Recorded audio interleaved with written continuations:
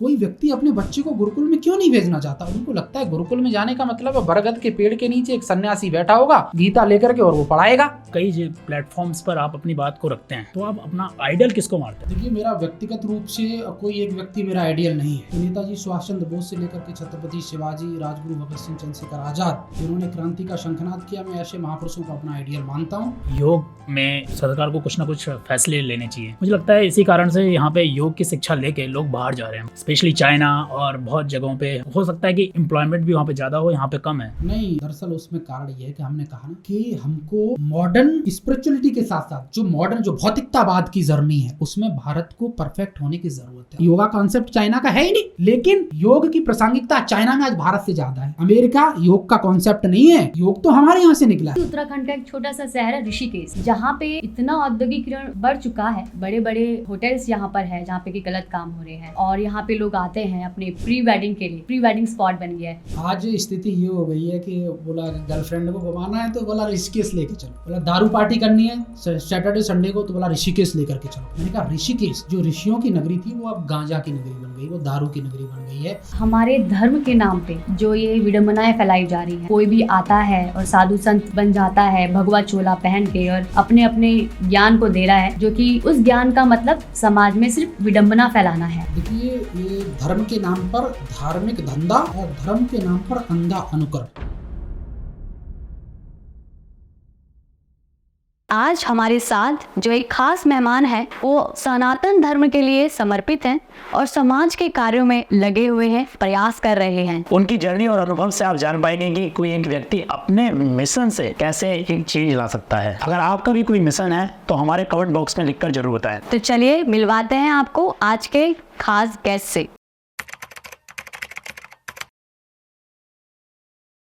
नमस्कार विनय जी, स्वागत है आपका द वैदिक शो पर। हमने देखा है कि आप बहुत बेबाकी से अपना वक्तव्य रखते हैं। हमने आपके सोशल मीडिया पे भी देखा है, सनातन धर्मों को भी आप बहुत प्रचार प्रसार कर रहे हैं। तो स्वागत करते हैं हम आपका द वैदिक शो पर।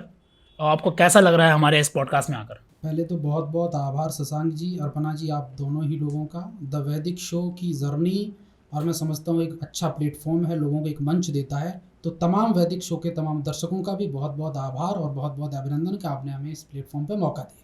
इसी बात पे मैं ऐड करना चाहूँगा विनय जी, जैसे हमने देखा कि आप कई प्लेटफॉर्म्स पर आप अपनी बात को रखते हैं, तो आप अपना आइडियल किसको मानते हैं? आप किसको फॉलो करते हैं जिससे आप इतने कॉन्फिडेंट होकर बात कर पा रहे हैं? देखिए, मेरा व्यक्तिगत रूप से कोई एक व्यक्ति मेरा आइडियल नहीं है। चूँकि मैं अध्यात्म से लेकर के और भारतीय सनातन परंपरा का अनुयायी रहा हूँ, तो नेताजी सुभाष चंद्र बोस से लेकर के छत्रपति शिवाजी, राजगुरु भगत सिंह, चंद्रशेखर आजाद, जिन्होंने क्रांति का शंखनाद किया, मैं ऐसे महापुरुषों को अपना आइडियल मानता हूँ और उनको जीवन में आत्मसात करके आगे बढ़ता हूँ।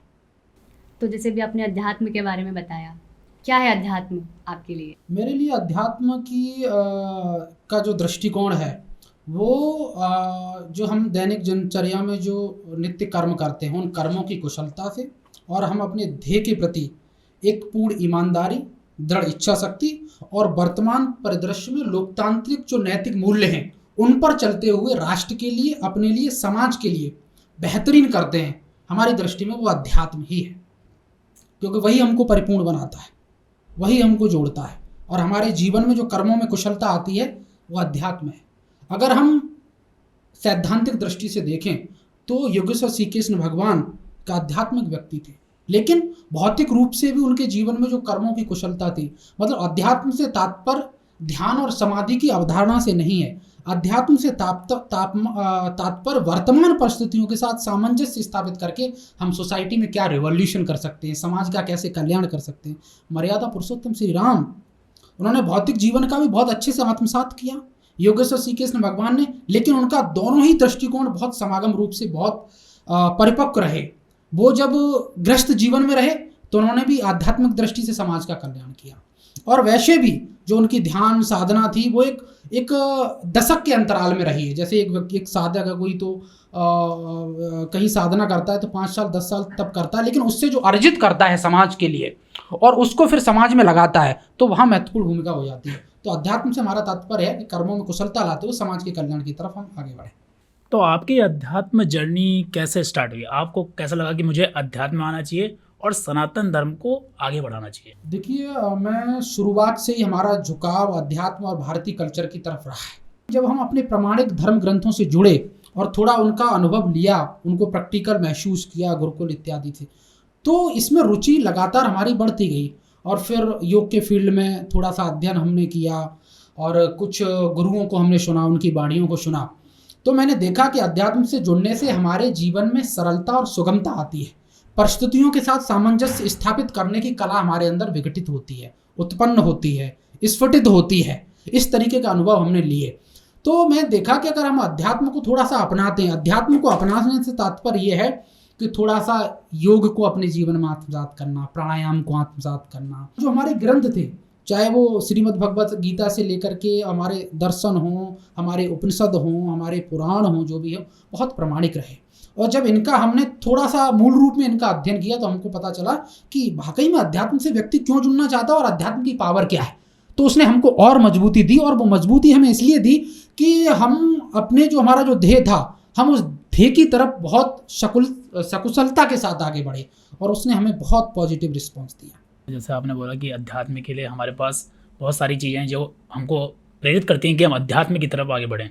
बहुत सारे एग्जाम्पल है हमारे पास। नालंदा यूनिवर्सिटी को ले लें, सबसे पहले जला दिया उसको, क्योंकि उसमें बहुत सारी ऐसी चीज़ें थी जो बहुत प्रेरित करती थी, जो बहुत कुछ हमको सिखाती थी जीवन से रिलेटेड। निश्चित तौर पर बख्तियार खिलजी ने जिस तरीके से, और मैं समझता हूँ कि नालंदा विश्वविद्यालय, एक आपने एग्जाम्पल दिया, 1835 में ब्रिटिश की पार्लियामेंट से षड्यंत्र शुरू हुआ। लॉर्ड मैकाले ने षड्यंत्र वहाँ से किया। उससे पूर्व में भी जब मुगल कालीन आक्रमण इस देश में हुए, और उन आक्रमण हुओं से लेकर के तमाम जो सल्तनत और हुकूमत के लोग पुरोधा उस टाइम पे हुए थे, उन्होंने इंडियन सिविलाइजेशन को सबसे ज़्यादा तोड़ा। और जब इंडियन सिविलाइजेशन को तोड़ा तो वैश्विक स्तर पर एक चीज़ निकल कर के आई कि दुनिया ने हम दुनिया में महान नहीं थे कि हमारे पास खनिज भंडार थे, हमारे पास संपत्ति थी, सोना था। हमारे पास सबसे बड़ा जो खनिज भंडार था वो हमारी सिविलाइजेशन का था, हमारी संस्कृति का था, हमारी सभ्यता का था, हमारे कल्चर का था। तो वेस्टर्न कल्चर के लोगों ने देखा कि इंडियन लोग जो सबसे ज़्यादा ताकतवर हैं वो सभ्यता के मामले में, कल्चर के मामले में। तो उन्होंने उस चीज़ को तोड़ा, क्योंकि वो हमारी मेरुदंड हुआ करता था। और इस चीज़ को वेस्टर्न कल्चर के लोगों ने तोड़ करके फिर हमको गुलाम बनाया। हम अधीन तो बाद में हुए, पहले तो हमारी सिविलाइजेशन तोड़ी गई। और कोई भी देश है जो तरक्की के सोपानों पर खड़ा है, उसकी जो सिविलाइजेशन है, आप उसको ख़त्म करो, वो अपने आप नीचे चला जाएगा, और चीज़ों को तोड़ने की ज़रूरत नहीं है। तो चाहे मुगल हों, चाहे अंग्रेज हों, उन सब ने जो एक चीज़ देखी कि हमारी जो सिविलाइजेशन है, हमारी जो संस्कृति है, हमारी जो मान्यताएं हैं, हमारी जो वैदिक परंपराएं हैं, उन पर प्रतिघात किया, षड्यंत्र के तहत उन्हें तोड़ा। जिसमें नालंदा का आपने एग्जाम्पल दिया। नालंदा एक प्रमुख शिक्षा का केंद्र हुआ करता, पूरे विश्व भर के अनुयायी स्टूडेंट वहाँ आकर के शिक्षा लिया करते थे, और ये बहुत गौरव की बात है। और ऐसे एडमिशन नहीं मिलता था उसमें। मैं समझता हूँ कि 5 लाख से ज़्यादा पुस्तकें, वैदिक पुस्तकें, प्रमाणिक पुस्तकें, जिनमें बहुत ज़्यादा संग्रह हुआ करता था। पूरे मैं समझता हूँ कि इंडियन 1,96,08,53,124 करोड़ वर्ष पुरानी संस्कृति को संजोए हुए नालंदा विश्वविद्यालय को किस तरीके से उसकी लाइब्रेरी धो धो करके जलती रही, ये बहुत बड़ा षड्यंत्र हुआ। मैं चाहता हूँ कि वो चीज़ें, वो विरासत फिर से लौटे, उस दिशा में हम आगे बढ़ें। जैसे आपने बताया कि आप योग के भी छात्र हैं और साथ ही साथ सनातन धर्म के भी प्रचारक हैं, तो आपको नहीं लगता कि इस उत्तराखंड में बहुत सारी ऐसी गवर्नमेंट यूनिवर्सिटी है और प्राइवेट यूनिवर्सिटी भी हैं जो योग का एक अध्यापन तो करवा रही है, लेकिन उनके लिए कोई एम्प्लॉयमेंट नहीं है? नहीं, बिल्कुल आपने सही कहा। मैं इसमें ये ज़रूर बोलना चाहूँगा, और हमने इस बात को बोला भी है कई बार, कई पॉडकास्ट में बोला, कई बड़े मीडिया चैनल्स को लेकर के, और हमने इस मुद्दे को इस प्रामाणिकता के साथ उठाया है कि इस देश के अंदर 3 एजुकेशन पॉलिसी आई। पहले 1968 में आई, फिर 1986 में आई, और उसके बाद 2020 में लॉकडाउन के समय जो एजुकेशन पॉलिसी आई। पहली एजुकेशन पॉलिसी थी वो जो 1968 में आई थी, तो वो फ्री एजुकेशन सिस्टम को पे आधारित थी। दूसरी एजुकेशन सिस्टम आई, चूँकि हमारा जब 1947 में हम आज़ाद हुए, आज़ादी के साथ साथ भारत ने अपने कल्चर पे उतना फोकस नहीं किया, क्योंकि हमारे सामने एक बड़ी चुनौती ये थी कि हम इंडिया को डेवलप कैसे करें, यहाँ का इंफ्रास्ट्रक्चर कैसे डेवलप हो, यहाँ पर बड़ी बड़ी इमारतों का, शहरों का औद्योगिकीकरण का विकास कैसे हो, और सर्वाइव कैसे करें। औद्योगिकीकरण के विकासवाद के सिद्धांत में हमारा जो इंडियन कल्चर का विकासवाद का सिद्धांत था वो पीछे छूटा। वर्तमान समय में लोगों ने देखा, जब कोरोना का संक्रमण काल इस देश में आया तो ये एक बड़े अवसर के रूप में इसको देखा गया। आपने देखा लोग घरों में कैद थे तो लोगों का झुकाव योग और आयुर्वेद की तरफ गया। तो जो एजुकेशन पॉलिसी थी उस एजुकेशन पॉलिसी में भी ये डाला गया कि भाई हम जो फिजिकल के जो, क्योंकि एजुकेशन को अभी प्रामाणिक तौर पर यूनिवर्सिटियों और कॉलेज और स्कूलों के अंदर मान्यता नहीं है। जब इस पर पुरजोर तरीके से बल दिया गया तो गवर्नमेंट ने एक प्रावधान निकाला कि भाई जो फिजिकल जो टीचर हैं हम उनको ये कहेंगे कि आप अतिरिक्त रूप से फिजिकल की जो बुक है, खेलकूद की जो पुस्तकें हैं, उनके साथ साथ अब योग को अतिरिक्त रूप से पढ़ाइए। लेकिन आज ज़रूरत और प्रासंगिकता इस बात को लेकर के है कि पूरी दुनिया के अंदर ग्लोबली अगर हम देखते हैं तो 5 लाख करोड़ रुपए से ज़्यादा का एक बहुत बड़ा रेवेन्यू का मार्केट है योग का। सिर्फ योग की बात मैं कर रहा हूँ। आयुर्वेद का 30 लाख करोड़ से ज़्यादा का बहुत व्यापक रूप से ग्लोबली मार्केट अगर मैं बात करूँ। लेकिन और ये मार्केट हुआ है पिछले 3 से 4 वर्षों के कालखंड में, जब से कोरोना आया। तो एक चीज़ दुनिया के लोगों ने ये समझी कि योग में वाकई में पावर है। जब हमारे सारे रास्ते बंद हो जाते हैं, सारे दरवाजे बंद हो जाते हैं, तो हमें योग और आयुर्वेद की तरफ लौटना पड़ता है, क्योंकि वैक्सीन का कोई प्रावधान आया नहीं और लोगों को ये भी पता है कि अगर वैक्सीन आएगी हम उसको लगाएंगे तो उसके कॉम्प्लिकेशंस होंगे, साइड इफेक्ट्स होंगे। तो आयुर्वेद है उसके कोई साइड इफेक्ट नहीं है। और योग को हम अपनी दिनचर्या में शामिल करके उससे आरोग्य का लाभ ले सकते हैं। इस चीज़ को महसूस किया। तो आज की प्रासंगिकता इस बात को लेकर के है कि योग को लेकर के जो आपने अर्पणा जी बात की है, मैं ये जरूर कहूँगा और इस बात को पूरी प्रामाणिकता के साथ कहूँगा कि योग के डिपार्टमेंट, क्योंकि जब तक डिपार्टमेंट तैयार नहीं होगा हर स्टेट के अंदर, तब तक हम योग को बड़े स्तर पर उसका इम्प्लीमेंटेशन नहीं कर सकते हैं। अभी तो हम एज ए फॉर्मेलिटी के तौर पर योग को पाठ्यक्रमों में पढ़ाया जा रहा है। लेकिन एजुकेशन पॉलिसी में मैं चाहता हूँ, क्योंकि प्रावधान होते रहते हैं, सरकार को ये करना चाहिए कि न्यू एजुकेशन पॉलिसी में प्रावधान करके योग को अनिवार्य रूप से जोड़ा जाए और स्कूली शिक्षा के साथ साथ विश्वविद्यालय लेवल पर भी। क्योंकि अब देखो बच्चे बहुत, जैसे आपने जिक्र किया कि बहुत सारी यूनिवर्सिटियां, बहुत सारी कॉलेज हैं, बड़ी बड़ी तालीम तो दे रहे हैं योग के नाम पे, पीएचडी भी करा रहे हैं, ग्रेजुएशन डिप्लोमा करा रहे हैं, CCBIT करा रहे हैं, PG diploma in yoga science करा रहे हैं, MSc योगा साइंस करा रहे हैं। फिर वो तालीम लेने के बाद फिर वो बेरोजगार है। और जो बहुत अच्छा कर पा रहे हैं, जिनको प्रैक्टिकल नॉलेज है, वो यद्यपि योग के पाठ्यक्रम चला करके और योग की क्लासेस चला करके अपने रोजगार के संसाधन क्रिएट कर रहे हैं। लेकिन मैंने कहा जनसंख्या बहुत बड़ी है, योगा की के बहुत सारे स्टूडेंट हैं, मैं समझता हूँ कि लाखों की संख्या में, वो सब एडजस्ट हों और उनको करने के लिए सरकार को भी बेहतरीन पॉलिसी और बेहतरीन नीतियाँ अपनाने की ज़रूरत है। क्योंकि एक जो योग साधक होता है, अगर वो अपने जीवन में योग को आत्मसात कर, लेकिन इससे कहीं ना कहीं इनडायरेक्ट देखा जाए तो ये मैं बहुत बड़ी बात आपको कह रहा हूँ, एक प्रैक्टिकल बात बता रहा हूँ।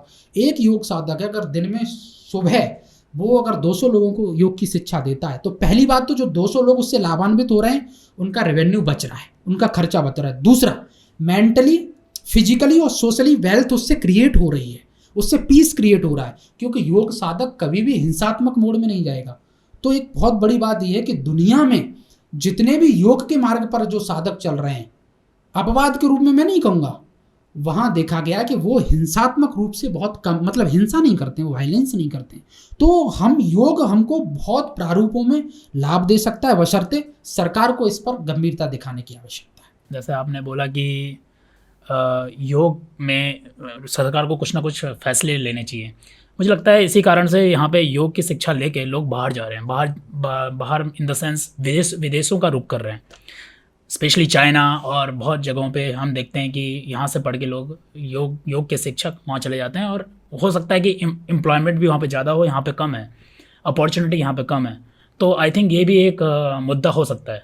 नहीं, दरअसल उसमें कारण ये है कि हमने कहा ना कि हमको मॉडर्न स्पिरिचुअलिटी के साथ साथ जो मॉडर्न जो भौतिकतावाद की जर्नी है, उसमें भारत को परफेक्ट होने की ज़रूरत है। आपने देखा होगा कि इंडिया के अंदर जो चीज़ें, जो कंसेप्ट है, योगा का कंसेप्ट है, आज बाहर जा रहा है। ऐसे ही जो तकनीक है, तकनीक का कंसेप्ट भारत के पास था, लेकिन आज विदेशों में जा रहा है, क्योंकि वो जो उनका मॉडर्न सिस्टम है वो बहुत मजबूती के साथ उसको आगे बढ़ा रहे हैं।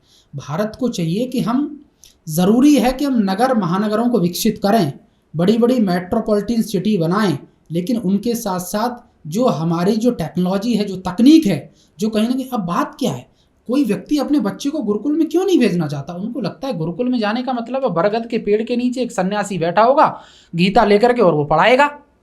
तो वो हीन भावना की दृष्टि से देखते हैं कि हमारा बच्चा तो वैसा ही बन जाएगा फिर। लेकिन नहीं, गुरुकुलों का विस्तारीकरण, यानी कि गुरुकुल भी हमारे ऐसे होने चाहिए कि माता पिता को लगे कि बच्चा गुरुकुल में गया है तो उसमें एलईडी की व्यवस्था होनी चाहिए, मॉडर्न क्लासेस की सुविधाएं होनी चाहिए, बढ़िया पार्क होने चाहिए, अच्छी फैसिलिटीज जो आज एजुकेशन सिस्टम में लोग दे रहे हैं, जो सीबीएसई पैटर्न के लोग दे रहे हैं। हमने कहा हम उससे पीछे नहीं हट सकते। अगर उससे पीछे हटेंगे तो वही होगा कि एक योग साधक अगर यहाँ से योग की शिक्षा लेगा तो फिर वो वियतनाम में, चाइना में ही जाकर के सिखाएगा, क्योंकि उसके पास सिखाने के लिए अच्छा ऑडिटोरियम होगा, अच्छी बिल्डिंग्स होंगी, योगा मैट भी अच्छा होगा। अब मुझे एक बात बताइए, कोई दरी पर तो आज कोई योगा सीखना नहीं चाहता है। हमने कहा कि जो चीज़ की डिमांड है आप उसकी सप्लाई को बढ़ाइए। योगा में जिस प्रारूप में डिमांड हो रही है उस प्रारूप में हमको सप्लाई देनी पड़ेगी, ये ज़रूरी है, नहीं तो फिर हम उन लोगों से पीछे चले जाएंगे। आज चाइना योगा कॉन्सेप्ट चाइना का है ही नहीं, लेकिन योग की प्रासंगिकता चाइना में आज भारत से ज़्यादा है। अमेरिका योग का कॉन्सेप्ट नहीं है, योग तो हमारे यहाँ से निकला है, लेकिन उन्होंने उसका मॉडिफिकेशन जो किया है वो तकनीक के आधार पर किया है। इसलिए हमको लगता है कि हम अमेरिका में जाएंगे तो हमको पैसा अच्छा मिलेगा। ये धारणा क्रिएट क्यों हो रही है? सरकार की जिम्मेदारी बनती है कि भारत के नौजवान भारत के गुरुकुलों में पढ़ करके, यहाँ के योगा के मोरारजी देसाई में पढ़ने वाले बच्चे अगर चाइना में और अमेरिका में जाकर के योगा सिखा रहे हैं, हमारे लिए शर्म की बात है ना। हम प्रावधान ही नहीं कर पा रहे। भाई पॉपुलेशन हमारी बहुत ज़्यादा है, ऐसी बात नहीं है, रेवेन्यू हम बहुत है, हम 5 ट्रिलियन अमेरिकी डॉलर अर्थव्यवस्था की बात करते हैं, लेकिन योग पर आप खर्च क्यों नहीं करते हो?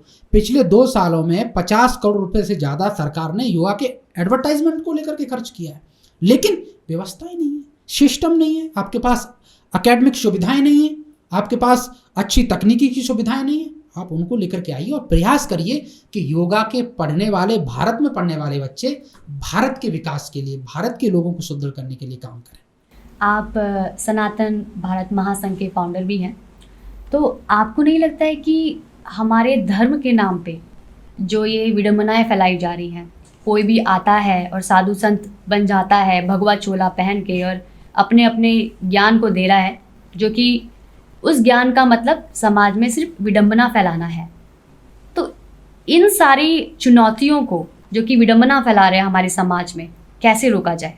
देखिए, ये धर्म के नाम पर धार्मिक धंधा और धर्म के नाम पर अंधा अनुकरण, यानी कि पूंजीवाद। धर्म में पूंजीवाद जब घुस जाता है तो धर्म विघटित होता है, विघटित के प्रारूप में होता है। धर्म का जो मूल कॉन्सेप्ट है, धारणा का, धर्म का जो मूल कॉन्सेप्ट है सहिष्णुता का, धर्म का जो मूल कॉन्सेप्ट है वो है कि वैयक्तिक जीवन में समृद्धि और सामाजिक जीवन में स्वास्थ्य, जो बेसिक कंसेप्ट है धर्म का। लेकिन कुछ पाखंडियों ने, दुराचारियों ने, व्यभिचारियों ने, आडंबरियों ने धर्म को आड़ में धंधा बना करके, धर्म का चोला ओढ़ करके इस तरीके का इस देश के अंदर अतिक्रमण करना शुरू कर दिया है, जिससे कि लोगों को बेवकूफ़ बनाया जाता है। टोटके, आडंबर, गलत धारणाएं बना करके उस चीज़ों से जो धर्म की मूल कंसेप्ट है उससे लोगों की भावनाएं आहत हो रही हैं। अब धर्म के नाम पर लोग समझते हैं कि धर्म के नाम पर इंडिया में तो सिर्फ धंधा चलता है, जबकि ऐसा नहीं है। स्वामी विवेकानंद ने जिस समय शिकागो के अंदर भाषण दिया था, महर्षि दयानंद ने जब उद्घोष किया था, पुस्तक भी पीछे लगी हुई है, मैंने देखा, ये तो बहुत अच्छा है जर्नी में इस तरीके की पुस्तकों का समावेश होना। ये आपके प्लेटफॉर्म को मैं समझता हूँ कि एक बड़े शिखर की तरफ ले जा रहा है। तो वो जो कंसेप्ट था वो वाकई में उन लोगों ने धर्म की बात करी, वो वाकई में धर्म के अनुयायी थे, लेकिन चंद धर्म की बात करने वाले लोगों ने जिस तरीके से इंडिया की सिविलाइजेशन का मजाक बनाया है, उपहास उड़ाया है, उससे कहीं ना कहीं भारत का जो धर्म का कंसेप्ट है वो विघटित हुआ है, और इस चीज़ नहीं होनी चाहिए। आज आपको पता है, एक समय थे, जब मैं ऋषिकेश की बात कर रहा हूँ, आज फॉरेनर्स जो इंडिया के अंदर आते हैं उनको इंडिया में कोई इतनी बड़ी बड़ी बिल्डिंगें नहीं बनी, उनको कोई शौक नहीं है। इससे तो कई गुना ज़्यादा अच्छी बिल्डिंग, मैंने कहा कि जापान और चाइना जैसे देश हमारे से तकनीक में बहुत आगे हैं। वो क्यों आते हैं ऋषिकेश में, क्यों आते हैं? सिर्फ इसलिए कि यहाँ की जो सिविलाइजेशन है, यहाँ का जो योग का कंसेप्ट है और यहाँ की जो स्पिरिचुअल जर्नी है वो कुछ यूनिक है। वो धर्म के नाम पर वो लोग जो श्री राधे करते हैं, योग जो चौपाइयाँ गाते हैं, जो श्रीमद् भगवत गीता के, वो उनको यूनिक लगता है। हम उसको भी खोते जा रहे हैं। सबसे बड़ी दुर्भाग्य की बात यह है। तो उसका कारण यही है कि धर्म के नाम पर आप गांजा फूकते हैं, धर्म के नाम पर आप मदिरापान करते हैं, धर्म के नाम पर आपने हालेलुया करना शुरू कर दिया, धर्म के नाम पे आप लोगों को झटका दिलाते हैं। तो ये चीज़ें सही नहीं है इस देश के अंदर। मैंने कहा कि धर्म एक वैज्ञानिक प्रणाली है, धर्म तर्क तथ्य प्रमाण और युक्ति के ऊपर खड़ी हुई एक वैज्ञानिक कसौटी है। श्रीमद् भगवद गीता धर्म का मूल ग्रंथ है। क्यों ग्रंथ है? कि श्रीमद् भगवद गीता की एक भी श्लोक के अंदर कोई कमी नहीं निकाल सकता। उसमें किसी धर्म विशेष को टारगेट नहीं किया गया है, किसी जाति विशेष को टारगेट नहीं किया, मानवता की बात की गई है, वसुधैव कुटुंबकम की बात की गई है, पहले अध्याय से लेकर के और श्रीमद् भगवद गीता के सभी अध्याय के अंदर आप देखेंगे। तो जो हमारा कंसेप्ट था आज हम उससे विकटित होते जा रहे हैं, उसमें उनमें मिलावट होती चली जा रही है। तो कहीं ना कहीं धर्म अब धंधा बन गया है। धर्म को लोग पैसे के साथ जोड़ते हैं। बोला पैसा कमाना है तो आप 4 श्लोक रट लो और 2 चीज़ें आपको वही पता होनी चाहिए। आपने देखा बहुत सारे लोग बोलते हैं कि दिन अच्छे नहीं चल रहे हैं, भला आप बहुत करते हो लेकिन मिलता कुछ नहीं है, आपको सब धोखा दे देते हैं, आपने वहाँ से धोखा खाया हुआ है, घर में आपका सम्मान है नहीं जबकि आप सबका सम्मान करते हैं। 4-5 बातें रटो और दिन में 5-10 हज़ार अच्छे से कमा लो। ये धारणाएं बनने लगी हैं और इंडिया की भोली भाली जनता है इसी की तरफ ज़्यादा अट्रैक्ट हो रही है। ज़रूरत है इन चीज़ों को हम सिस्टमेटिक वे में लेकर के आएँ और उसका वो चीज़ तभी होगी जो योग के पढ़ाई करने वाले लोग हैं, जिन्होंने 6 दर्शन का अध्ययन किया, जो प्रमाणिक जो आस्तिक दर्शन हैं जो उन्होंने पढ़े हैं, जो हमारे वेद हैं, वेदों की जो ऋचाएँ हैं, उन लोगों को मौका मिलेंगे। वो लोग आपके प्लेटफॉर्म पे आएंगे, यहाँ से अपनी बात रखेंगे, 4 लोग सुनेंगे, तो मैं समझता हूँ कि रिवॉल्यूशन होगा। और इसका कोई शॉर्टकट नहीं। धर्म को धंधा बनाने से रोकने के लिए उसका कोई शॉर्टकट नहीं है। योग्य लोगों को आप मौका दीजिए, योग्य लोगों को अपनी बात रखने का मौका दीजिए, योग्य लोगों को अपनी चीज़ों को बताने का मौका दीजिए, उनका सही संदेश आपके माध्यम से जाए। आपके चैनल पे द वैदिक शो पर कोई अगर प्रतिष्ठित व्यक्तित्व आता है, मैंने तो देखा जितने लोग आते हैं वो सारे के सारे वैज्ञानिक चीज़ों पर, वैज्ञानिक सिद्धांतिक प्रणाली पर बात करते हैं। वो वैज्ञानिक सिद्धांतिक प्रणाली आज दुनिया के अंदर जानी चाहिए, यहाँ से जानी चाहिए। तो मैं समझता हूँ कि इससे कहीं ना कहीं चेंजेस होंगे सोसाइटी के। जैसा कि आपने बोला वसुधैव कुटुंबकम, तो भारत में देखा जाए तो विभिन्न प्रकार की हम देखते हैं कि कल्चर्स हैं। आप चले जाएं साउथ में तो वहाँ पे साउथ का कल्चर है, नॉर्थ में नॉर्थ का कल्चर है, ऐसे बहुत सारे धर्म भी हैं। और भारत इसीलिए ही इतना विविधता का एक माना जाता है, एकता का प्रतीक भी माना जाता है। तो ऐसे देश में सनातन धर्म का प्रचार प्रसार करना तो ईजी नहीं रहा होगा आपके लिए? देखिए मेरे लिए बहुत आसान नहीं रहा। और चूँकि इस कंसेप्ट को आप ये ऐसे समझिएगा कि इंडिया के अंदर सनातन जो धर्म है वो उसकी जो सनातन धर्म की जो मूल विडंबना है बहुत प्राचीन है। मैंने कहा बाद के मनंतर जो आए हैं, जिनको आपने धर्म का नाम दे दिया, रिलीजन्स का नाम दे दिया, ठीक है, या अपनी सिविलाइजेशन का एक, एक्चुअल में ये चीज़ें है नहीं। पूरे दुनिया के अंदर जो धर्म का कॉन्सेप्ट आया वो एक्चुअल में आया सनातन से। पहले सनातन वैदिक धर्म हुआ करता था एक कंसेप्ट। मैंने कहा कि हमारी जो वैदिक कल्चर है या जो इंडिया के अंदर सिविलाइजेशन के जो आविर्भाव हुआ और सिविलाइजेशन के जो अंग मिलते हैं वो इंडियन कॉन्सेप्ट में ही मिलते हैं। आज से 5000 वर्ष पूर्व द्वापर युग, युग श्री कृष्ण भगवान का कालखंड, और उसमें श्रीमद् भगवद गीता का उद्घोष अर्जुन को माध्यम बना करके वहाँ से उपदेश देना, और उस उपदेश पर आज भी दुनिया चल रही है। 9 लाख वर्ष पूर्व त्रेता युग, भगवान राम का कालखंड, उनका राम राज्य, वो वैज्ञानिक है, वो प्रमाणिक है, उसके साक्ष्य मिलते हैं आज भी। श्रीलंका में उसके साक्ष्य मिलते हैं, द्वारिका में उसके साक्ष्य मिलते हैं, भारत में उसके साक्ष्य मिलते हैं, 4 धामों में उसके साक्ष्य मिलते हैं। लेकिन फिर बाद में ईसाईयत आया, इस्लाम आया, इन्होंने तलवारों के दम पर अपने आप को, बाउंड्रियों को तोड़ करके अपने आप को स्थापित किया। इस बात को जानने की ज़रूरत है कि भारत ने कभी भी तलवारों के दम पर, बंदूकों के दम पर, भीड़ के दम पर दुनिया को जीतने की कोशिश नहीं की। हमने त्याग के दम पर, परमार्थ के दम पर, प्रेम के दम पर, आत्मबल के दम पर पूरी दुनिया पर राज किया था। भारत विश्व विजेता था और आज भी भारत के अंदर विश्व विजेता होने का सामर्थ्य है। क्यों पूरा भारत, पूरी दुनिया के अंदर चक्रवर्ती साम्राज्य भारत क्यों कहलाया? हमारी सीमाएं तो इराक, ईरान, तिब्बत, पाकिस्तान, बांग्लादेश, अफगानिस्तान से लेकर के और दुनिया के मुल्कों तक हमारी सीमाएं लगती थी। कोई था ही नहीं, कोई मुल्क नहीं था। इस्लाम 1500 साल आया और उसने तलवारों के दम पर हमारा कत्लेआम किया। ईसाईयत 500 साल पहले आया, उसने तलवारों के दम पर तेजी के साथ इस देश के अंदर धर्मांतर का कुचक्र चलाया। वो लोग तेजी से आज हमारे अंदर हावी हो गए, और उसमें जो वैदिक सनातन जो धर्म था वो तेजी से पीछे छूट गया। तो इंडिया के अंदर चूंकि हमने उस सदन को एड्रेस किया, हमने पार्लियामेंट के अंदर भी इस बात को कहा, उद्घोष किया, और आज आपके द वैदिक शो के माध्यम से इस बात को कहना चाहता हूँ कि भारत देश जो पिछले 10,000 वर्षों तक मानव सभ्यता के शिखर पर था, जिसके उत्तर में हिमालय की कंदरों और गुफाओं में ऋषियों के ज्ञान को और वेदों की ऋचाओं को एशिया के साथ साथ महाद्वीपों ने सुना, जिसके दक्षिणी राज्य भारत की संस्कृति का केंद्र बिंदु बने, तो जिसके उत्तरी राज्य भारत की कूटनीति के, जिसकी सिविलाइजेशन को पूरी दुनिया ने अपनाया, उस देश के लोगों ने सभी धर्मों को, सभी मतों को, सभी पंथ संप्रदायों को बराबरी का अधिकार दिया।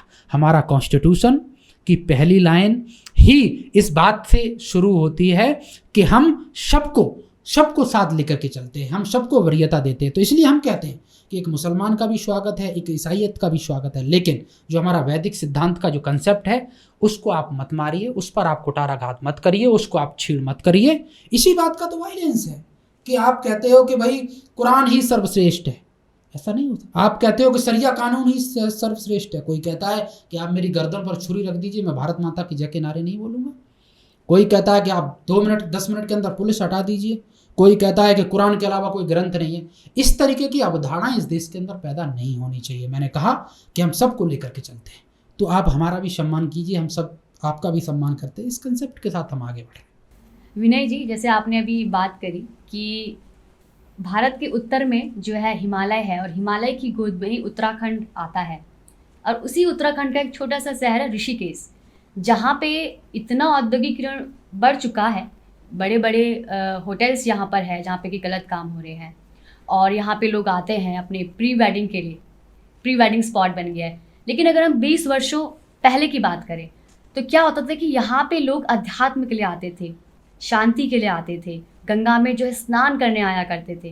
लेकिन अब इसके विपरीत हो गया है, राफ्टिंग के लिए आ रहे हैं, एडवेंचर के लिए आ रहे हैं, यहाँ के लोग पिकनिक मना रहे हैं, वैकेशन के लिए आ रहे हैं।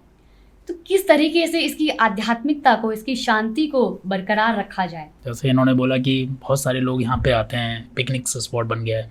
मैंने तो यहाँ तक देखा है कि बहुत सारे लोग यहाँ पे आते हैं और गंगा जी में जूते चप्पल लेके जा रहे हैं, गंगा जी का ही सम्मान नहीं कर रहे हैं। आज स्थिति ये हो गई है कि बोला गर्लफ्रेंड को घुमाना है तो बोला ऋषिकेश लेके चलो, बोला दारू पार्टी करनी है सैटरडे संडे को तो बोला ऋषिकेश लेकर के चलो। मैंने कहा ऋषिकेश जो ऋषियों की नगरी थी वो अब गांजा की नगरी बन गई, वो दारू की नगरी बन गई है। वो एक कहीं ना कहीं जो फूअडपन जिसको कहते हैं, जो काम गोवा वगैरह में होता था, जो कंसेप्ट गोवा वगैरह में होता था, वो अब यहाँ पे चलने लग गया। ये धारणा, ये कंसेप्ट यहाँ का खत्म होता जा रहा है। भाई ऋषिकेश जो था ये यहाँ पर तप किया है ऋषियों ने। ये कहीं ना कहीं मैं ऐसा मानता हूँ कि ऋषिकेश के साथ चूँकि पूरी विश्व की योग नगरी इसको कहा जाता है, लेकिन योग नगरी की अब धारणा बदलती जा रही है। अब लोग यहाँ योगा करने के लिए नहीं आ रहे हैं, लोग यहाँ पे अब भोग करने के लिए ज़्यादा आते हैं। और ये हकीकत है, इस चीज़ को आप इस सत्य को नकार नहीं सकते हो। और ये तेजी के साथ साथ इसका जितना भी, मैंने कहा कि जो आपने औद्योगिकीकरण की बात करी, देखिए औद्योगिकीकरण की चकाचौंध में प्रकृति का दोहन सबसे ज़्यादा हुआ है। क्योंकि ऋषिकेश की अगर मैं बात करूं तो ऋषिकेश की जो भौगोलिक परिस्थिति है और यहाँ के जो औद्योगिकीकरण के विकास की दृष्टि से जो यहाँ की परिस्थितियां हैं वो बिल्कुल भी अनुकूल नहीं है कि यहाँ पर बड़े बड़े आप बिल्डिंग को तैयार करें, बड़े बड़े होटल बनाएं। क्योंकि गंगा के किनारे बसा हुआ इसका जो भौगोलिक मापदंड का जो क्षेत्र है वो सीमित है। लेकिन अगर आप पत्थरों को काटेंगे, जबरदस्त तरीके से आप उसका कटान करेंगे तो प्रकृति का दोहन होगा। हमें ज़रूरत थी कि हम इसका संरक्षण करते, हमने संरक्षण तो किया नहीं। और जो बात आपने कही कि जूता चप्पल लेकर के जाते, ये चीज़ तो अब नॉर्मल हो गई है। लोग यहाँ पर, और मैंने कहा कि ऋषिकेश में जो योगा का कंसेप्ट चल रहा है वो भी बिल्कुल बदल गया है। भाई लोग गांजा पी के ध्यान लगाना चाहते हैं और कहते हैं कि नहीं ये बात तो, और भगवान शिव का रेफरेंस देते हैं कि बोला नहीं इन्हीं कंदरों और गुफाओं में भगवान शिव ने चलम फूकी थी, वो भी तो थे हमारे तो आराध्य, तो हम भी फूकेंगे। ये गलत है। विदेशी लोग आते हैं उनको भी शिक्षा दी जाती है, बोला आओ पहले माल फूको। इस तरीके का कंसेप्ट है। और मैंने तो चीज़ें प्रैक्टिकल देखी है, तो मैं अपवाद में ज़्यादा नहीं जाना था, लेकिन इस चीज़ को जरूर कहना चाहता हूँ कि यहाँ का जो पर्यटन विभाग है, यहाँ का जो सांस्कृतिक विभाग है, वो इस पर संज्ञान ले और संज्ञान के लेने के साथ साथ यहाँ की एक कमेटी गठित करे। कमेटी को गठित करके ऐसी नीतियाँ बनाए, एक ऐसा बायलॉज डिसाइड हो जिसमें ये कहा जाए कि भाई जितना भी यहाँ का जो ऋषिकेश का क्षेत्र है, चूँकि ये योग नगरी है, वैश्विक धरोहर है, वैश्विक विरासत है हमारी, यहाँ पर मदिरापान नहीं होगा, यहाँ पर इस एरिया में स्मोकिंग नहीं होगी, मीट नहीं मिलेगा, मांस मदिरा नहीं मिलेगा, दारू के ठेके नहीं होंगे, इसका हम कड़ा प्रावधान नहीं कर सकते। इस्लामिक मुल्क मक्का मदीना में चला जाइए, मक्का मदीना में उन्होंने अपने एक ऐसा कठोर प्रावधान और कानून बना के तैयार कर दिया कि आप 10 किलोमीटर के एरिया में ये सब चीज़ें कृत्य नहीं कर सकते हो। हमारे जो हम विश्व की धर्म नगरी हरिद्वार को कहते हैं, विश्व की एक नगरी ऋषिकेश को मानते हैं, लेकिन यहाँ के मानक क्या हैं, यहाँ की नीतियाँ क्या हैं, कि यहाँ के जो स्थानीय जो राजनेता हैं उनको इन चीज़ों पे और यहाँ का जो पर्यटन मंत्रालय है, यहाँ का जो सांस्कृतिक मंत्रालय है, इस पर इनको संज्ञान लेने की ज़रूरत है कि भाई ठीक है, पर्यटन चल रहा है, आपके पास पैसा आ रहा है, लेकिन पर्यटन की आड़ में संस्कृति को छीड़ मत करो आप ना, नहीं तो ये इसमें और फिर गोवा में अंतर क्या है भाई, ये साधना का स्तर है, तो साधना का स्थल बना रहेगा तो संस्कृति बनी रहेगी। साधना का स्थल योग नगरी ऋषिकेश, अगर यहाँ की गरिमा बनी रहेगी तो पूरी दुनिया से लोग हंस करके आएंगे और यहाँ पर योग सीखेंगे। ये प्री वेडिंग वगैरह और ये सब रंगरेलियाँ मनाने के लिए ये जगह नहीं है, मैं सीधा कह रहा हूँ। और जो युवक और युवतियाँ जिस तरीके से मैंने देखा कि आजकल रील्स बनाते हैं, हाफ कपड़े पहन लिए उन्होंने, शिव जी का तिलक धारण कर लिया है, मैंने बहुत सारी रील्स देखी थी इंस्टाग्राम पे, और जम करके त्रिवेणी घाट से लेकर के संगम है, जहाँ समागम है, जहाँ आरती होती है, उस पर अंधा अनुकूल चल रहा है। ये दुर्भाग्य, ये शर्मनाक है। ऐसे लोगों को, ये कोई मुंबई का कोई हब नहीं है, यहाँ पर कोई शूटिंगें नहीं होती हैं यहाँ पे गलत फिल्मों की और गलत अवधारणाओं की। भाई आपको यहाँ पे शूटिंग करनी है तो आप वेद मंत्रों की ऋचाओं के साथ शूटिंग करिए, आप महर्षि के वेश में शूटिंग करिए, आप यहाँ के सांस्कृतिक जो परिधान है, जो परिधान आपने धारण किया हुआ है, जो परिधान आपने धारण किया है, ये मूल जो कंसेप्ट है ऋषिकेश का, परिधान से लेकर के शिखा रखने का, तिलक वंदना करने का, और जो चीज़ें हैं वो चीज़ें ऋषिकेश की मान्यताएं हैं और वो हमेशा जीवंत रहेंगी। लेकिन चूँकि इसका एक मॉडिफिकेशन तेज़ी से हो रहा है, और अच्छा एक चीज़ इसमें और है, अपने आप को मॉडर्न भी मानते हैं। बोला ऋषिकेश हम जा रहे हैं तो हम थोड़ा सा अपने आप को दिखा रहे हैं कि हम दुबई में आ गए। भाई ये कोई दुबई नहीं है, ये पार्टी करने की जगह नहीं है, ये साधना का स्तर है। और साधना अगर आपको करनी है यहाँ पर तो गांजा पी की साधना नहीं होगी। आपने महर्षि पतंजलि का योग दर्शन आप पढ़िए, नियम आसन का आप पढ़िए, आप तो योग के फील्ड में विद्वान हैं, तो जो कंसेप्ट है योग की धारणा का आप उस पर पढ़िए, उस पर बात करिए, तब जा कर के हम ऋषिकेश के इस विरासत को बचा पाएंगे। जैसे आपने अभी बात करी तो मैं आपको बताती हूँ कि जैसे रामझूला आप जाएंगे तो गंगा का तट है, तो उसको कहा जाता है गोवा बीच। लेकिन वहाँ पे राधे श्याम जी आए थे जिन्होंने वहाँ पे तपस्या की थी। जो वहाँ के लोकल हैं उनको मालूम है कि उस घाट का नाम है राधे श्याम घाट। लेकिन जो बाहर के लोग आए उनको लगा कि अरे ये तो गोवा की तरह है, ये तो बढ़िया पिकनिक स्पॉट है, तो उन्होंने क्या करा कि उसको भी गोवा बीच के नाम से नाम दे दिया। तो मैं ये बोलना चाहूँगी कि भाई ऋषिकेश एक आध्यात्मिक नगरी है, तो जो उसके एक्चुअल नाम है जिस भी स्थान के, उसको उसी स्थान से पुकारे जाए। अभी तो घाटों का नामकरण और होगा। अभी आपने जैसे कहा, जैसे जो राधा रानी का जो राधे श्याम स्वामी थे जिन्होंने राधे श्याम स्वामी, उन्होंने यहाँ पे तप किया, अब उसको गोवा बीच बना दिया। फिर पिकनिक स्पॉट बनेगा, ये बिडिंग पॉइंट ये है, जगह जगह 2-2 किलोमीटर के हिसाब से इस तरीके का चेंजेस हो रहे हैं और हम नहीं रोक पा रहे हैं उसको। जो आपने बात कही है, वाकई में ऋषिकेश की ये बदतर हालत हो रही है। और द वैदिक शो के माध्यम से इस बात को कहना चाहता हूँ कि बहुत ज़रूरत हो गया है, यहाँ के स्थानीय लोग भी इस चीज़ को संज्ञान लें, प्रशासन भी संज्ञान ले, पर्यटन विभाग भी संज्ञान ले, पर्यावरणविद भी इसका संज्ञान लें कि इन चीज़ों पर यहाँ पर लगाम लगाई जानी चाहिए। यही हालत रही तो आने वाले 5 से 10 वर्षों में पूरा जो ऋषिकेश है, वो ऋषिकेश का जो मूल अस्तित्व है वो नष्ट हो जाएगा। और आप देखना कि जो लोग अभी गोवा वगैरह जाते हैं, वहाँ पर दारू पार्टी करते हैं, मुर्गा मीट खाते हैं, पिकनिक में अधनग्न वस्त्रों में घूमते हैं, बालू पे लौटते हैं, वो चीज़ें यहाँ शुरू हो जाएंगी और उसके नमूने यहाँ देखने को मिल रहे हैं। आप कभी दोपहर में जाइए, संध्या रात्रि को जाइए, 4 लोग बैठे हैं, बोतलें खोल रखी हैं, पी रहे हैं, गाने बजा रहे हैं और ये सब चीज़ें कर रहे हैं। तो और घाटों का नामकरण हो रहा है। देखो ये आपके सामने एक प्रमाण आ गया कि राधे श्याम जिन्होंने वहाँ पे तपस्या करी, एक महर्षि थे, अब उसका नाम बदल करके उसको गोवा बीच कर दिया है। ऐसे ही जगह जगह ये त्रिवेणी का जो संगम है, त्रिवेणी घाट है, परमार्थ निकेतन घाट है, इनका भी तेजी से नामकरण होना शुरू हो जाएगा। क्योंकि देखो संस्कृति पे कुटारा घात ऐसे ही होता है, एकदम नहीं होता। हम धीरे धीरे शुरुआत होती है, शुरुआत का बीज ऋषिकेश में पड़ चुका है और पता भी नहीं चलेगा कब ये हो जाएगा। कल के लिए कोई ऐसा व्यक्ति आ गया, धूर्त व्यक्ति आ गया, बोला कि नहीं भाई हमको तो यहाँ पे पर्यटन को बढ़ावा देना, ये चीज़ें बहुत हो गई, तो नामकरण कर देगा। आप क्या उसको रोक पाएंगे आप? तो ज़रूरत है कि जनता भी जागरूक हो और अगर इसके लिए हमें रिवॉल्यूशन करना पड़ेगा, अपनी बातों को तेजी के साथ, प्रामाणिकता के साथ और आंदोलन के रूप में रखनी चाहिए तो वो भी रखना चाहिए। अभी तो मीडिया चैनल के माध्यम से आप इसमें बड़ी भूमिका निभा रही हैं, शशांक जी आप और अपना जी, आपकी इसमें बड़ी भूमिका है। आप लोगों के माध्यम से मैं इस बात को कहना चाहता हूँ कि ये जो आपने एक ध्येय अपनाया कि भाई ऋषिकेश को हमें जो ऋषिकेश का कंसेप्ट था उसी कंसेप्ट में लेकर के आना है। ऋषिकेश की जो दुनिया में धारणा थी, जो छवि थी, उस छवि को हम बदलने नहीं देंगे, उसको हम बरकरार रखेंगे, उसके साथ हम किसी भी प्रकार का विश्वासघात नहीं होने देंगे। ये जो बात आप कर रहे हैं, मैं चाहता हूँ कि सरकार इस पर समझे।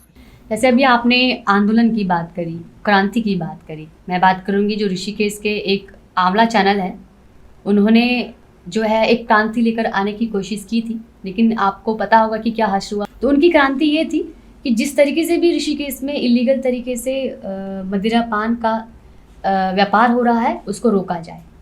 तो अगर आप आंदोलन करते हैं तो आपके साथ ये हश्र हो सकता है। ये बड़े दुर्भाग्य की बात है कि मीडिया लोकतंत्र का चौथा स्तंभ है और मीडिया एक स्वायत्तता का प्रावधान होता है और मीडिया पर किसी का, चूँकि मैं भी मीडिया के फील्ड में गोल्ड मेडलिस्ट रहा हूँ और गुरुकुल से मैंने पढ़ाई की है, मैं ऐसा मानता हूं कि मीडिया पर किसी भी धनाढ्य व्यक्ति का आधिपत्य नहीं होना चाहिए, क्योंकि लोकतंत्र का चौथा स्तंभ है और मीडिया की इस देश के अंदर बहुत बड़ी भूमिका है।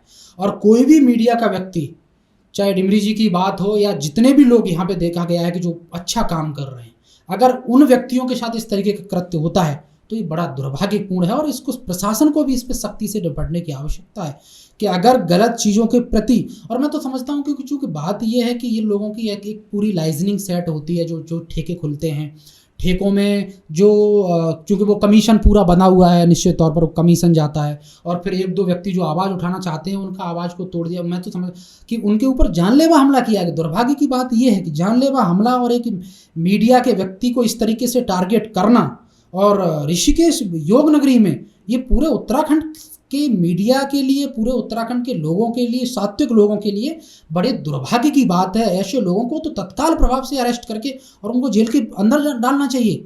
और ये तो बहुत बड़े दुर्भाग्य के दौर से आज उत्तराखंड को गुजर रहा है। मैंने कहा कि इंद्रमणि बड़ौनी से लेकर के वीरचंद गढ़वाली ने जो उत्तराखंड के विकासवाद के सिद्धांत को गढ़ा होगा, जो सपना देखा होगा, तो कहीं ना कहीं वो सपना मर रहा है। तो ये बड़े दुर्भाग्य की बात है कि मीडिया एक स्वायत्त प्रणाली है, मीडिया लोकतंत्र का चौथा स्तंभ है और चौथा स्तंभ होने के साथ साथ मीडिया इस देश के अंदर छुपे हुए जो मुद्दे हैं, जो गलत कृत्य हैं, मैंने कहा कि जहां रोटी कपड़े मकान से दूर दराज लोगों तक, गांव तक, कबीलों तक, मकानों तक, सड़कों तक कोई नहीं पहुंचता, सरकार नहीं पहुंच पाती, वहां एक मीडिया पहुंच करके उन लोगों को दुनिया और जनता के सामने लाती है। मीडिया की एक बहुत बड़ी भूमिका है और मीडिया की भूमिका सुव्यवस्थित होनी चाहिए। सरकारों को ऐसे मीडिया के खिलाफ जो कृत्य करते हैं उन पर कड़ा एक्शन लेने की ज़रूरत है, कड़ी नीतियाँ बनाने की ज़रूरत है और कड़े प्रावधान लाने की ज़रूरत है। क्या मीडिया के साथ इस तरीके से नहीं कर सकते? और धनाढ्य व्यक्ति कौन होते हैं मीडिया पर अपना नियंत्रण स्थापित करने वाले? इस देश को धनाढ्य, ये ठीक है कि कुछ चैनलों को आज ये बात सही है कि धनाढ्य परिवार चला रहे हैं, मीडिया का नियंत्रण हो गया है, ये शर्मनाक बात है। मैं ऐसे चैनलों का समर्थन नहीं करता हूं जो चंद पैसे लेकर के जनता के, समाज के जनहित मुद्दों को भूल करके गलत लोगों का सपोर्ट करते हैं, गलत चीज़ों को दिखाते हैं, गलत कृत्यों में संलिप्त होते हैं, तो वो भी कहीं ना कहीं देश के खिलाफ गलत कृत्य कर रहे हैं। लेकिन जो निष्पक्ष मीडिया है, जो पारदर्शी मीडिया है, जो सारगर्भित मीडिया है, जो दूरदृष्टि वाली मीडिया है, उस मीडिया के साथ ऐसा नहीं होना चाहिए। क्योंकि देखो, जो आज एक सबसे बड़ी बात आपको मैं बताऊं, जैसे द वैदिक शो है, मेन स्ट्रीम मीडिया से लोगों का ध्यान क्यों हटा है? क्योंकि मेन स्ट्रीम मीडिया कहीं ना कहीं वो अंधा अनुकड़, वो धनाढ्य लोगों के संपर्क में रहती है, वो जो ऐसा डिसाइड करते हैं, स्क्रिप्ट बताते हैं, वैसा वो चलाते हैं। तो वैकल्पिक मीडिया ने आज जगह ले ली। वैकल्पिक मीडिया में जैसे ये आंवला न्यूज़ चैनल हो गया, द वैदिक शो हो गया, ऐसे जो चैनल्स उभर करके आ रहे हैं, ये अच्छा कार्य कर रहे हैं। इन्होंने जनता का भरोसा जीता है, इन्होंने जनता के दिलों में अपनी जगह स्थापित की और इनको पता है कि ये निष्पक्ष चैनल है। यहाँ पर जो बातें रखी जाती हैं, यहाँ से जो मुद्दे उठाए जाते हैं, यहाँ से जो उत्तराखंड के विकासवाद की बातें रखी जाती हैं, वो प्रामाणिक हैं, वो वैज्ञानिक हैं, उस पर किसी का दबाव नहीं है, वो किसी के प्रेशर में सवाल नहीं पूछते हैं, उनकी कोई स्क्रिप्टिंग नहीं होती है। तो ये जो मीडिया की शुचिता है, ये जो मीडिया की सारगर्भिता है, ये प्रामाणिकता है। तो ऐसे चैनलों को सरकार को भी प्रमोट करना चाहिए। वही आप जो फंड देते हो बड़े बड़े चैनलों को, मैं तो धामी से कहना चाहूँगा कि धामी जी, आप जो मेन स्ट्रीम मीडिया को जो फंड देते हो और स्क्रिप्टिंग चलवाते हो, वैकल्पिक मीडिया को आप फंड देना शुरू करो। द वैदिक शो वालों को दो, आंवला न्यूज़ चैनल वालों को दो। मेरा तो कोई, मैं किसी का व्यक्तिगत पक्षधर नहीं हूँ, लेकिन मैं चाहता हूँ कि अगर वैकल्पिक मीडिया माध्यम बनी है और मैं इस चीज़ को कह दूँ कि अब टीआरपी मेन स्ट्रीम मीडिया की उतनी नहीं रह गई जितनी लोकल चैनलों की हो गई है। क्यों हो गई है कि जनता को पता चल गया है कि भाई ये तो सब बिके हुए हैं। बोला वैकल्पिक, अगर कोई एक यूट्यूबर भी है ना, उसके भी 10 मिलियन और 5-5 मिलियन 2-2 मिलियन उसके व्यूज़ आते हैं आज, अच्छी खासी रीच है उनकी, अच्छे खासी व्यूवर्स। क्यों हो रहे हैं? इसीलिए हो रहे हैं आप, और उनको रोक नहीं सकते हो। तो वैकल्पिक मीडिया के लिए भी सरकार को प्रावधान करने की ज़रूरत है, और ये बहुत अच्छी चीज़ है कि आज वैकल्पिक मीडिया ने अपनी एक अलग जगह बनाई है। जैसे कि आपने बताया कि आप संसद में भी आपने अपने बात को बहुत अच्छे से रखा। हमने भी देखा आपकी एक रील में, हमने देखा आप स्पीकर श्री ओम बिरला जी के सामने काफ़ी अच्छे तरीके से सनातन धर्म और इस पे बात कर रहे थे। तो आपकी जर्नी भी, पर्सनल जर्नी भी काफ़ी चैलेंजिंग रही होगी। आप कहाँ से आपका स्टार्ट हुआ, कैसे कैसे चैलेंजेस आपकी लाइफ में आए, तो कुछ बताना चाहेंगे इस बारे में? पार्लियामेंट तक पहुंचने की जर्नी बहुत आसान तो नहीं थी उससे पहले, लेकिन ये था कि हमारे अंदर एक ध्येय था, जज्बा था।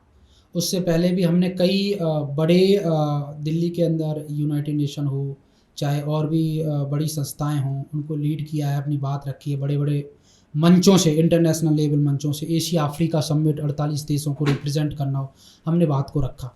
चूँकि पार्लियामेंट में चूँकि प्रधानमंत्री मोदी जी अध्यक्षता कर रहे थे उस वक्त, ओम बिरला जी थे, अपोजिशन के सारे लीडर थे, राज्यसभा के सांसद, लोकसभा के सांसद, सारे केंद्रीय मंत्री। तो सदन को मैंने 2 बार एड्रेस किया, राज्यसभा और लोकसभा को। और अपनी बात को, अपने इंडियन कल्चर पे बात रखना तो आसान नहीं होता है, और सबको उसमें कन्वेंस भी करना। तो मैं समझता हूँ कि उसके लिए हमने पुरुषार्थ भी किया, मेहनत भी किया। चूँकि मैंने दोनों ही स्टेटों को एड्रेस किया। मैं ऐसा व्यक्ति हूँ जिसने सबसे कम उम्र में उत्तराखंड और उत्तर प्रदेश दोनों ही स्टेट को पार्लियामेंट में एड्रेस किया है, यूनाइटेड नेशन में एड्रेस किया है, एशिया अफ्रीका समिट में एड्रेस किया है। और हमारा ये सौभाग्य है कि आज द वैदिक शो पर बैठ करके हम उस कल्चर की बात कर पा रहे हैं। तो पार्लियामेंट में जाना, वहाँ से बोलना, क्योंकि वो दुनिया का सबसे बड़ा मंच है पार्लियामेंट, जहाँ से मुझे बोलने का सौभाग्य, वहाँ से कभी भीमराव अम्बेडकर ने, अटल बिहारी वाजपेयी ने बैठ करके, मैं समझता हूँ कि उस वक्त के जो नीति निर्माता थे, जिन्होंने संविधान की एक मूल प्रस्तावना को रचा, वहाँ से देश की नीतियाँ बनाई, वो बहुत सुषमा स्वराज से लेकर के अटल बिहारी वाजपेयी हों, प्रधानमंत्री मोदी जी हों, और बहुत सारे ऐसे लीडर रहे हैं, सरदार पटेल से लेकर के लाल बहादुर शास्त्री से लेकर के। तो उस ऐतिहासिक सभागार से बोलना, भारत के परिदृश्य में चर्चा करना, युवाओं की बात रखना, मैं समझता हूँ कि बहुत गौरव की बात थी। और मैंने एक बात बोली, और इस पॉडकास्ट से भी बोलना चाहता हूँ कि भारत दुनिया का एकमात्र ऐसा देश है जिसके पास नया दिमाग, जिसके पास नया खून, जिसके पास नया जुनून, जिसके पास नई दृढ़ता, वीरता, तरंग, शौहर, पराक्रम, जिसके पास धरती जैसा धैर्य, अग्नि जैसा तेज, वायु जैसा वेग, जल जैसी शीतलता और आकाश जैसी विराटता वाला 70 करोड़ युवाओं की आबादी वाला, दुनिया का परम वैभवशाली जगतगुरु, विश्वगुरु, और दुनिया के सबसे बड़ा लोकतांत्रिक और दुनिया का सबसे बड़ा लिखित संविधान का देश है, तो मेरा भारत देश है। इस बात को मैंने सदन के अंदर बोला, और इस बात को फिर यहाँ से बोलना चाहता हूँ कि आज समय आ गया है कि युवा शक्ति जो भारत की है ना, पूरी दुनिया की तकदीर, पूरे भारत की दशा और दिशा को बदलने का सामर्थ्य रख सकता है। लेकिन जिन युवाओं के कंधों पर भारत के संविधान की जिम्मेदारी थी, उन्होंने बड़े बड़े बीड़ी, तंबाकू, सिगरेट के बंडल थाम लिए हैं। 4 बोतल पी करके डेली वो क्लबों में जाकर के डांस करते हैं, और अपने मॉडर्न होने का, अपनी पूरी प्रामाणिकता के साथ वो अपना विज़न रखते हैं कि भाई हम तो मॉडर्न हैं, इंडिया में मॉडर्न हो। ये चीज़ें नहीं होनी चाहिए। युवाओं की जिम्मेदारी है। आप उस समय को देखिए कि जब हम आज़ाद नहीं थे तो खुदीराम बोस ने 19 साल में फांसी पे चढ़े, राजगुरु भगत सिंह, चंद्रशेखर आजाद, तात्या टोपे, मंगल पांडे, जिन्होंने 1857 के प्रथम स्वतंत्रता संग्राम में दुश्मन के सीने में पहली गोली दाग करके आज़ादी का शंखनाद कर दिया। कितना उनके अंदर साहस होगा। ठीक है हम हनी सिंह के गाने सुने, ठीक है हम कैटरीना कैफ की मूवी देखें, लेकिन कल थिएटर में कौन सी रणबीर कपूर की मूवी आने वाली है और आज किस महापुरुष का जन्मदिन है, देश का नौजवान इस तिथि को तय नहीं कर पाता है। ये शर्मनाक बात है। हम ये तो तय कर लेते हैं कि 20 अप्रैल को थिएटर में कौन सी मूवी लगने वाली है और हमें कब टिकट कटानी है, कौन सी बोतल को साथ में लेकर के जाना है, लेकिन कल किस महापुरुष का जन्मदिवस है, देश का नौजवान इस तिथियों को भूल जाता है। ये शर्मनाक बात है। छत्रपति शिवाजी, महाराणा प्रताप, तात्या टोपे, वीरांगना को के शौहर को और उनके शौर्य को इस देश का युवा उस पर चर्चा नहीं आज करना चाहता है। ठीक है हम हनी सिंह के गानों पे बात करते हैं, ठीक है आप सिद्धू मूसेवाले के गानों पे बात करते हो, रफ़ी साहब के गानों पे बात करते हो, आप सब चीज़ पे बात करिए, लेकिन अपने कल्चर को मत भूलिए।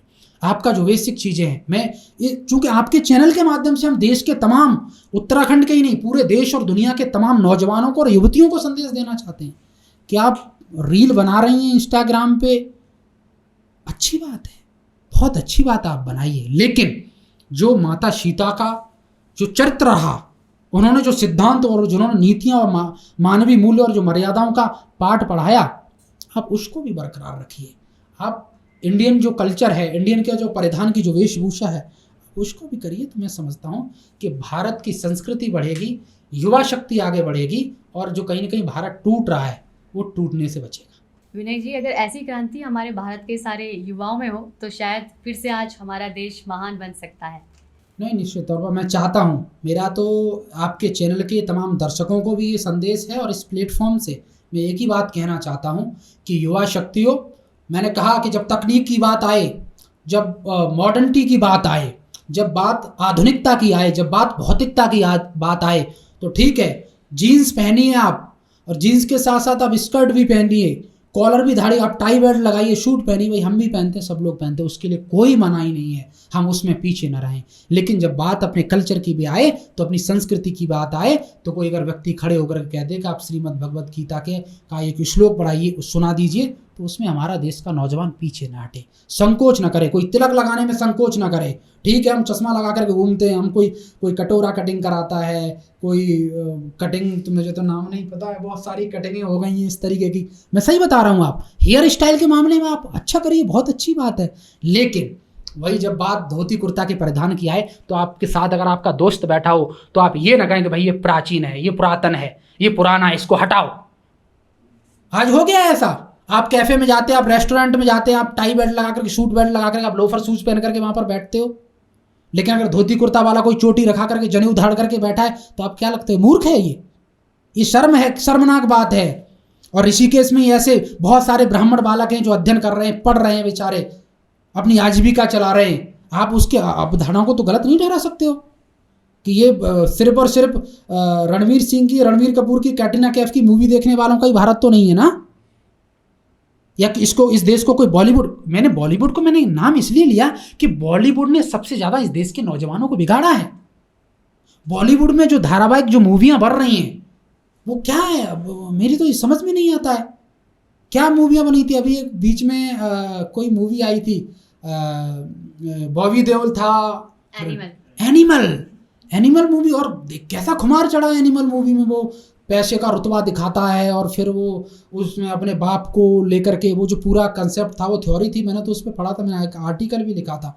भाई एनिमल जैसी मूवी बना करके आप क्या साबित करना चाहते हो इस देश में, हैं कि AK-47 लेकर के घुस जाता है क्लासरूम के अंदर और कहता है कि इसको किसने हाथ लगाया, किसने इसको छेड़ा।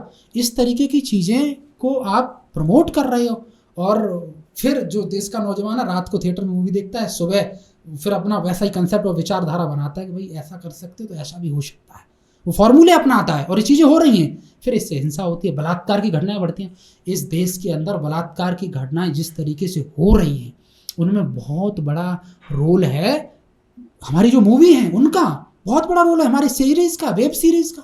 आश्रम जैसी वेब सीरीज़ बन रही हैं इस देश में, और क्या मैं तो देख के, वो एक वेब सीरीज़ आई थी, कौन सी आई थी मुझे नाम याद नहीं है उस वेब सीरीज़ का, गुड्डू पंडित वाली, कौन सी है वो, गुड्डू भैया मुन्ना भैया वाली एक वेब सीरीज़ है, मिर्ज़ापुर के एपिसोड धड़ल्ले से और रील्स पे धड़ल्ले से वायरल होते हैं, लोग उसको ऐड करते हैं, बोला हमको तो मुन्ना भाई की तरह बनना है, हमने तो गुड्डू भैया की तरह बनना है। तो इस तरीके की चीज़ें आ गई हैं। और सबसे बड़ी दुर्भाग्य की बात यह है कि आपने देखा होगा कि जिस तरीके भारत देश में, आंकड़ों पे ज़्यादा बात करता हूँ, इस देश के अंदर प्रतिवर्ष 10,000 से ज़्यादा माताओं बहनों के साथ बलात्कार होता है। बलात्कारों में संगीन बलात्कार होता है, पूरी दुनिया में बलात्कार होते हैं, लेकिन जिस बर्बरता के साथ, जिस हिंसात्मक तरीके से माताओं बहनों के साथ बर्बरता होती है बलात्कार में, आंखें फोड़ देना, तेजाब डाल देना, रॉड के साथ बर्बरता करना, ठीक है, गर्दन को कुचल देना, सर को कुचल देना, भारत के अंदर होता है।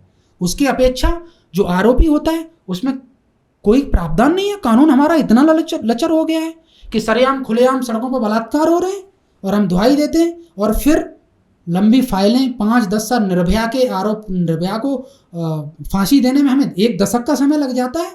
हम फांसी की तिथि तय नहीं कर पा रहे हैं इस देश के अंदर। ईरान, इराक जैसे मुल्कों से हमें सीखने की ज़रूरत है, हमें सऊदी अरब से सीखने की ज़रूरत है कि बलात्कार में 10 दिन के अंदर आरोपी को बर्बरता के साथ मारा जाता है, उसको फांसी कर दिया जाए। लेकिन सरकारों को कड़े प्रावधान की आज ज़रूरत है। पश्चिम बंगाल में उन्होंने स्टेप लिया है, मैं इस बात पर उस सरकार का अभिनंदन करता हूँ। बोला 10 दिन के अंदर आप तय कीजिए, अगर आरोपी है तो फांसी का प्रावधान उसको करिए। हर स्टेट के अंदर होना चाहिए, राष्ट्रीय लेवल पर होना चाहिए। बलात्कार है, छेड़खानी की वारदात हुई है, आप टीम को गठित करिए, चिन्हित करिए और 10 दिन के अंदर रिजल्ट लाइए। इन चीज़ों पर रोकथाम लग। और ये जो मूवियों को लेकर के ये जो एक सेंसर बोर्ड है, ये कोई सेंसर बोर्ड, नकली सेंसर बोर्ड है। ये सेंसर बोर्ड खुद तय करता है कि नग्नता को परोसने वाली मूवी, वो शाहरुख खान की एक मूवी आई थी, पहले देखा होगा उसको, कितना कितना प्रमोट किया गया। रईस थी या जोन सी भी थी। वर्तमान में जो मूवी आ रही हैं वो बहुत ज़्यादा यूथ को मोटिवेट नहीं कर रही, समझ रहे हो।